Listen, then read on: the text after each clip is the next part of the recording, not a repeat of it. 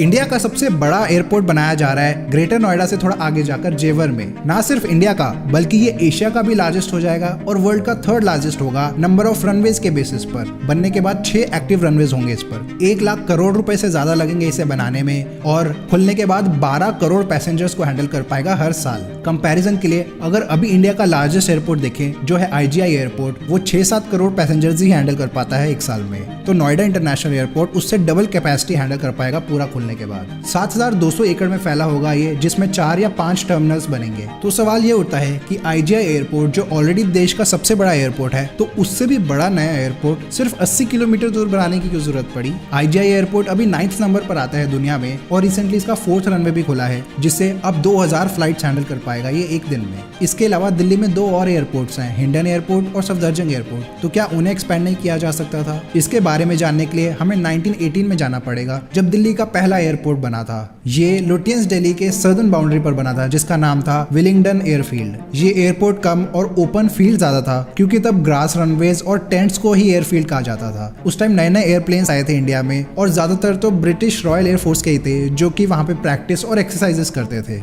Willingdon airfield नाम दिया गया लॉर्ड विलिंगडन के ऊपर, जो वाइसरॉय और गवर्नर जनरल बने इंडिया के। मगर इसके बाद भी 10 साल लग गए थोड़ा बहुत इंफ्रास्ट्रक्चर बनने में, जब पहली कमर्शियल फ्लाइट लैंड हुई 1927 में। इस एयरफील्ड को एक छोटे से एरोड्रोम में कन्वर्ट कर दिया गया और ग्रासी रनवेज डर्ट रनवेज में बदल गए। अभी एसफॉल्ट और कंक्रीट के रनवेज तो काफी देर बाद आए थे। ये इंडिया का 2nd एरोड्रोम था, मुंबई के जुहू एरोड्रोम के बाद। थोड़ा और कमर्शियलाइज हुआ और सर्विसेज स्टार्ट हुई। दिल्ली फ्लाइंग क्लब भी उसी टाइम स्टार्ट हुआ था 1928 में। ये क्लब बन गया रिच फ्लाइट एंथुसियास्ट्स के लिए, जो अपनी पर्सनल फ्लाइट्स लेते थे इस एरोड्रोम से। इन्हीं चीजों के लिए ये एरोड्रोम थोड़ा बहुत तो यूज होता रहा, लेकिन मेन यूजेज इसका स्टार्ट हुआ वर्ल्ड वॉर 2 के दौरान, जब एयरफोर्स को इसकी जरूरत पड़ी। ये साउथ अटलांटिक फेरी रूट का भी एक पार्ट बन गया, जिसमें एलाइज की एयरफोर्स क्रिटिकल वॉर मटेरियल को ट्रांसपोर्ट करने के लिए इसका इस्तेमाल करती थी। और क्योंकि उस टाइम प्लेन्स की रेंज भी थोड़ी सी होती थी, तो उनको हर थोड़ी देर में रुकना पड़ता था रिफ्यूल करने के लिए। इसलिए इतने सारे स्टॉप्स के साथ इस फेरी रूट को बनाया गया। 1947 में इंडिया पाकिस्तान वॉर में भी इस एयरपोर्ट का काफी इस्तेमाल हुआ। उस टाइम ज्यादातर एयरफोर्स की फ्लाइट्स ही चलती थी, कमर्शियल फ्लाइट्स बहुत रेयर होती थी।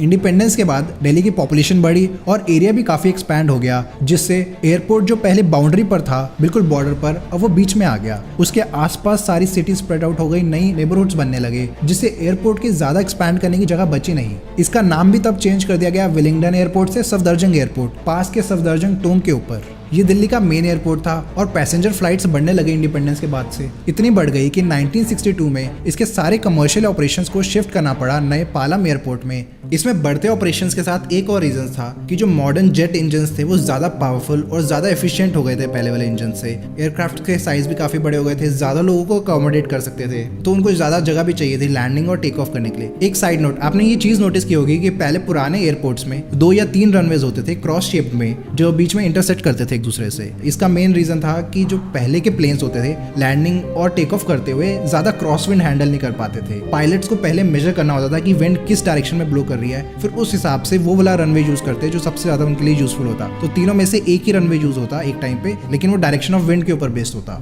एक एरोप्लेन को टेक ऑफ और लैंड करने के लिए हेडविंड की जरूरत होती है, जिसमें विंड सामने से ब्लो कर रही होती है डायरेक्शन ऑफ ट्रेवल के ऑपोजिट, क्योंकि विंग्स को जितनी ज्यादा हेडविंड मिलेगी वो उतनी ज्यादा लिफ्ट जनरेट कर पाएगा। इससे वो कम रनवे का इस्तेमाल करेंगे टेक ऑफ और लैंडिंग के समय। आजकल के प्लेन्स इतने पावरफुल हैं कि ज्यादा क्रॉसविंड को भी आसानी से हैंडल कर सकते हैं, इसलिए अब हमें इतने क्रॉस रनवेज देखने को नहीं मिलते। एनीवे, टॉपिक पर वापस आते हैं। 1962 में सारे कमर्शियल फ्लाइट्स को ज्यादातर पालम एयरपोर्ट में शिफ्ट कर दिया गया था, जो कि 30 साल पहले खुला था 1932 में। ये भी तब एयरफोर्स बेस ही था। ये दिल्ली के साउथ वेस्टर्न बाउंड्री पे लाई करता है, द्वारका के पास। पहले इसमें भी 2 क्रॉस रनवेज होते थे, जिसमें से एक को टैक्सीवे में कन्वर्ट कर दिया गया और दूसरे को एक्सपैंड कर दिया गया। 1979-80 में 30 लाख इंटरनेशनल और डोमेस्टिक ट्रैवलर्स ने इसको इस्तेमाल किया।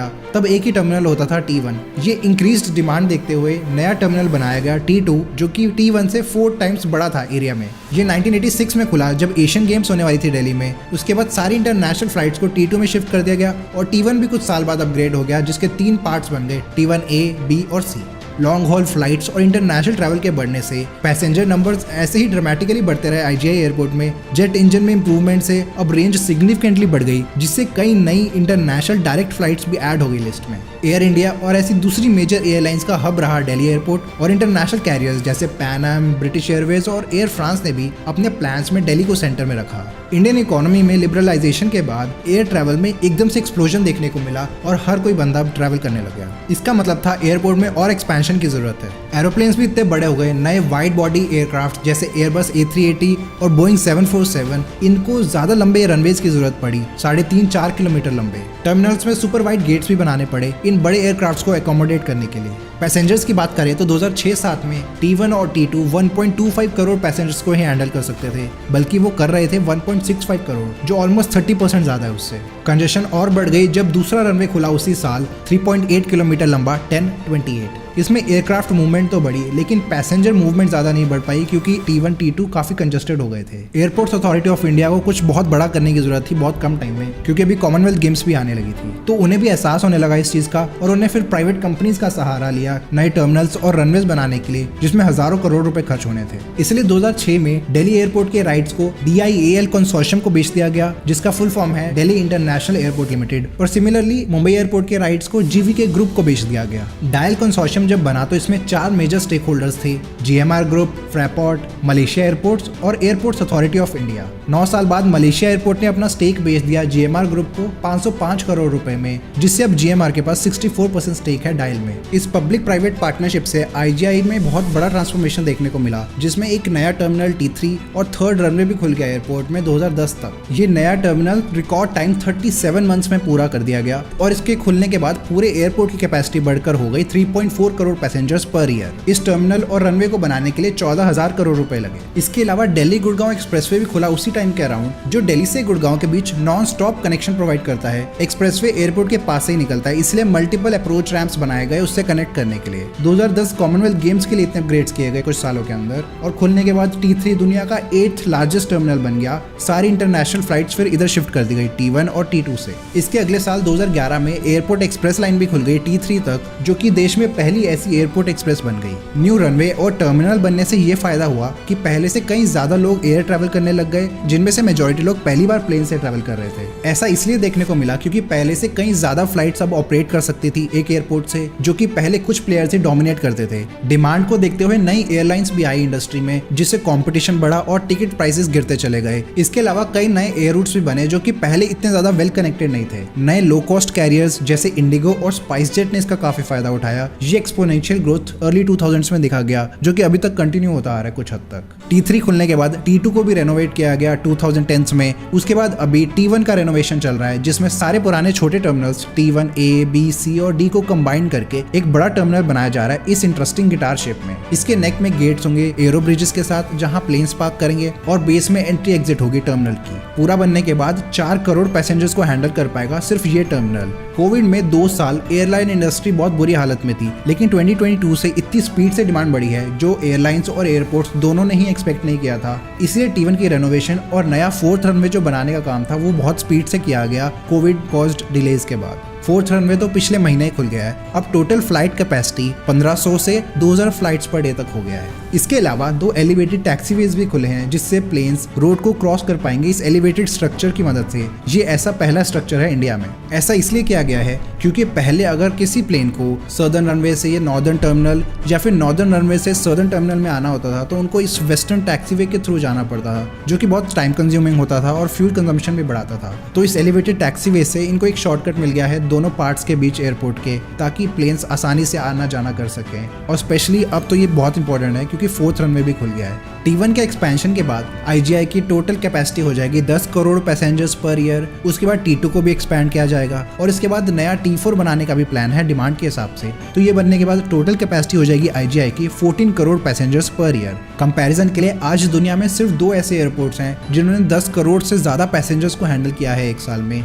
एक है बीजिंग चाइना और दूसरा एटलांटा USA। प्रेजेंटली IGI में 3 ऑपरेशनल टर्मिनल्स हैं, T1 और T2 डोमेस्टिक ऑपरेशंस के लिए, और T3 मिक्स यूज, दोनों डोमेस्टिक और इंटरनेशनल ऑपरेशंस। IGI एयरपोर्ट 5200 एकड़ में फैला हुआ है और बिजिएस्ट एयरपोर्ट है इंडिया में 2009 से। 2022-23 में 9th बिजिएस्ट एयरपोर्ट था वर्ल्ड में 5.9 करोड़ पैसेंजर्स के साथ, और ये इंडिया का बिजिएस्ट कार्गो एयरपोर्ट भी है। लगभग 9 लाख टन कार्गो ट्रांसपोर्ट हुआ था इससे 2022 में। वैसे तो IGI one of the best airports है, लेकिन क्योंकि वो पार्ट्स में डेवलप हुआ था तो इसलिए कनेक्टिविटी इतनी अच्छी नहीं है सारे टर्मिनल्स के बीच। जैसे T1 और T3 के बीच एयर साइड कनेक्टिविटी नहीं है, यानी कोई इंटरनेशनल पैसेंजर अगर दिल्ली में आ रहा है तो उसको पहले इमिग्रेशन क्लियर करनी पड़ेगी आगे डोमेस्टिक फ्लाइट्स में जाने के लिए। कई कनेक्टिंग पैसेंजर्स को ऐसे इश्यूज का सामना करना पड़ता है अगर उनकी दोनों फ्लाइट्स अलग अलग टर्मिनल से ऑपरेट करती हैं। अगर इमिग्रेशन करने के बाद कोई पैसेंजर दूसरे टर्मिनल में जाना भी चाहे तो इंटर टर्मिनल ट्रांसपोर्ट काफी लिमिटेड है। बस शटल प्रोवाइड की गई है तीनों टर्मिनल्स के बीच जो हर 20 मिनट में चलती है। जहां T2 और T3 काफी पास में है, T1 तक जाने के लिए 15-20 मिनट लग जाते हैं ट्रैफिक सिचुएशन के हिसाब से।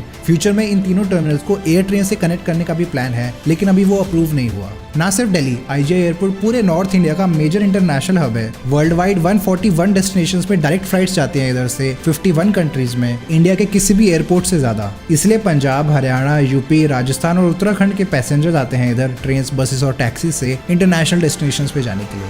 तो IGI एयरपोर्ट से थोड़ा ट्रैफिक कम करने के लिए सारी मेजर स्टेट कैपिटल्स में इंटरनेशनल एयरपोर्ट्स बनाने चाहिए जो कि ज्यादा फ्लाइट्स हैंडल कर पाए। इससे लोगों को दिल्ली तक नहीं आना पड़ेगा और अपनी स्टेट से डायरेक्टली इंटरनेशनल फ्लाइट्स ले सकेंगे। क्योंकि अगर ऐसे ही चलता रहा तो अगले 15-20 सालों में 14 करोड़ कैपेसिटी भी कम पड़ेगी। फ्यूचर में IGI एयरपोर्ट में और टर्मिनल्स और रनवेज भी ऐड नहीं किए जा सकते क्योंकि जगह कंस्ट्रेंड है। एक ऑप्शन है दिल्ली का तीसरा एयरपोर्ट हिंडन एयरपोर्ट को एक्सपैंड करने का, जिसका साइज अभी काफी छोटा है मगर उसके आसपास भी ज्यादा जगह नहीं है एक्सपैंड करने के लिए। हिंडन एयरपोर्ट जो कि एयरफोर्स स्टेशन के रूप में खुला था 1960s में, तब से ये इंडियन एयरफोर्स का मेजर बेस रहा है। पालम एयरपोर्ट पर कमर्शियल फ्लाइट्स चलने के बाद काफी एयरफोर्स के ऑपरेशंस को इधर शिफ्ट कर दिया गया था। दिल्ली के नॉर्थ ईस्टर्न डायरेक्शन में लाई करता है, लोनी गाजियाबाद में हिंडन नदी के पास, इसीलिए इसका नाम हिंडन है। एक ही रनवे है इसमें ईस्ट वेस्ट डायरेक्शन में 2.7 किलोमीटर लंबा। इसको एक सिविल एनक्लेव में बदल दिया गया 2017 में, जिसमें एयरफोर्स के साथ कमर्शियल प्लेन्स भी चल सकते हैं। दोनों शेयर करते हैं रनवेज, ATC और दूसरी फैसिलिटीज को।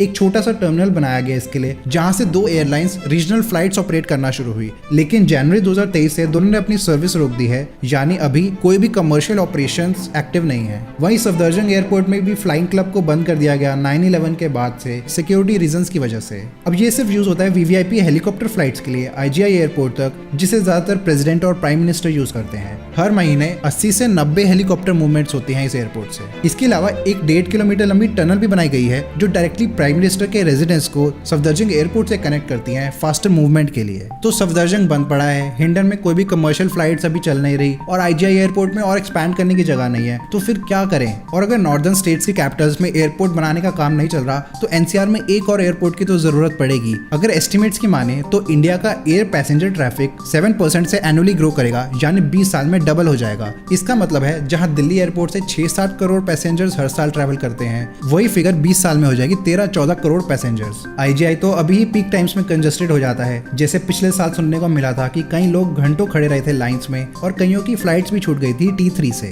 इंडियन एयरलाइंस भी इस डिमांड को कैप्चर करने के लिए बड़े कदम ले रही है। पिछले साल जब टाटा ग्रुप ने एयर इंडिया को खरीदा तो उन्होंने 500 जेट्स ऑर्डर किए एयरबस और बोइंग से, जो $100 बिलियन कॉस्ट करेंगे, यानी 8,20,000 करोड़ रुपए। इसमें 400 नैरो बॉडी एयरक्राफ्ट होंगे और 100 वाइड बॉडी, जिसमें एयरबस A350, बोइंग 737 और बोइंग 787 भी हैं। इंडिगो ने भी जून 2023 में 500 एयरबस A320 नियो फैमिली का ऑर्डर दिया 4,50,000 करोड़ रुपए में, जो कि इसे दुनिया में सबसे बड़ा एयरक्राफ्ट ऑर्डर बना देता है सिंगल एयरलाइंस द्वारा। इनकी डिलीवरीज 2024 में शुरू होकर अगले 10-15 सालों में पूरी होंगी। ऑलरेडी इंडिगो के पहले वाले ऑर्डर्स के 400 प्लेन्स आने अभी पेंडिंग है। ये 500 मिलाकर वो 900 प्लेन्स पार कर गए हैं पेंडिंग ऑर्डर्स में, जो कि बहुत बड़ी फिगर है। तो अगर एयरलाइंस इतने बड़े ऑर्डर्स दे रही है तो इसका मतलब साफ है कि कई और एयरपोर्ट्स की जरूरत पड़ेगी देश को इतने सारे एयरक्राफ्ट्स को हैंडल करने के लिए। देश की हर स्टेट कैपिटल को मेजर इंटरनेशनल हब के रूप में डेवलप करना चाहिए, जिससे ट्रैफिक काफी स्प्रेड आउट हो जाएगा, दिल्ली में इतना प्रेशर नहीं पड़ेगा। तो अगर NCR में नया एयरपोर्ट बनाना ही है तो वेस्टर्न साइड नहीं बना सकते, क्योंकि वहाँ ऑलरेडी IGI है और नॉर्थ ईस्टर्न साइड पर हिंडन है, तो साउथ ईस्टर्न साइड एक अच्छा ऑप्शन बचा।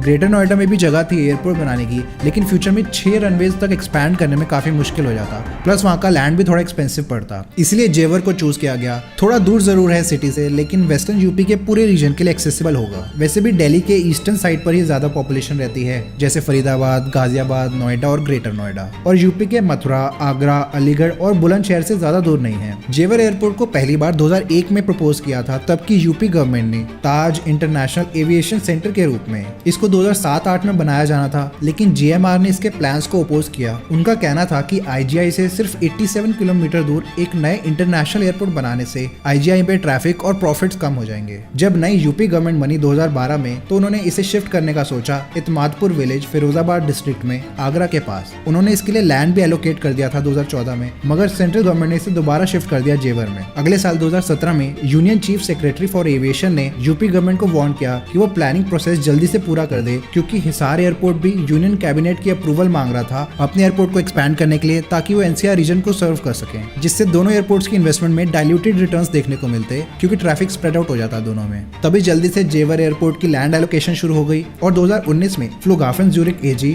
जो ज्यूरिक एयरपोर्ट को ऑपरेट करते हैं स्विट्जरलैंड में, उन्होंने 40 साल का टेंडर जीत लिया नोएडा एयरपोर्ट को बनाने और ऑपरेट करने के लिए। एक स्पेशल पर्पस व्हीकल बनाई गई इस एयरपोर्ट को बनाने, ऑपरेट और मैनेज करने के लिए, जिसका नाम दिया गया Yamuna international airport private limited. GMR के पास राइट ऑफ फर्स्ट रिफ्यूजल था कोई भी नया एयरपोर्ट बनने के लिए जो 150 किलोमीटर से कम दूरी पर बने IGI से। कॉन्ट्रैक्ट टर्म्स के हिसाब से GMR उस एयरपोर्ट पर बिड कर सकते और उनको कॉन्ट्रैक्ट दे दिया जाता अगर उनकी बिड हाईएस्ट बिडर से 10% कम भी होती तो। लेकिन फ्लुगहाफन ज्यूरिक ने जीत ली बिड। हालांकि विनिंग बिड का नंबर उन्होंने पब्लिक नहीं किया, लेकिन हमें इतना पता है कि एयरपोर्ट खुलने के 6ठे साल से फ्लुगहाफन एक फिक्स्ड फी देगी नोएडा इंटरनेशनल एयरपोर्ट अथॉरिटी को हर पैसेंजर के लिए। ऐसी ही कुछ पिछली डील से हम अंदाजा लगा सकते हैं 150-200 रुपए पर पैसेंजर की फी दी जाएगी गवर्नमेंट को एयरपोर्ट खुलने के 6 साल बाद से, और बाकी सारा रेवेन्यू ऑपरेटर अपने पास ही रखेगा। फ्लुगहाफन ज्यूरिक के 8 एयरपोर्ट्स हैं साउथ अमेरिका में, और अब वो साउथ और साउथ ईस्ट एशियन कंट्रीज में एक्सपैंड कर रहे हैं, जैसे इंडिया, इंडोनेशिया और फिलीपींस। नोएडा एयरपोर्ट के प्लान के हिसाब से पूरे एयरपोर्ट को 4 फेजेस में बनाया जाएगा। इसके फेजेस में कुछ कंफ्यूजन है क्योंकि अलग अलग सोर्सेस में अलग अलग फेजेस दिए गए हैं। हम मोटा मोटा 4 फेजेस लेके चलेंगे। फेज 1 में 2 स्टेजेस हैं, जिसमें पहले सिर्फ आधा टर्मिनल खुला जाएगा 1.2 करोड़ पैसेंजर कैपेसिटी के साथ। फिर उसके अगले साल बचा हुआ टर्मिनल भी खुल जाएगा, जिससे टोटल टर्मिनल की कैपेसिटी हो जाएगी 3 crore passengers per year. Terminal 1 22 एकड़ एरिया में फैला होगा नॉर्दर्न साइड पर एक ईस्ट वेस्ट अलाइन रनवे के साथ 1028। वैसे अगर आपको नहीं पता तो रनवे नंबर्स का स्पेशल मीनिंग होता है। उनको 01 से 36 के बीच में कोई नंबर दिया जाता है, जिसका मीनिंग होता है रनवे की हेडिंग की मैग्नेटिक डायरेक्शन डिग्रीज में, जिसका लास्ट 0 हटा दिया जाता है। यानी किसी रनवे का नंबर है 09 तो वो डायरेक्ट ईस्ट पॉइंट करता है 90 डिग्री पे।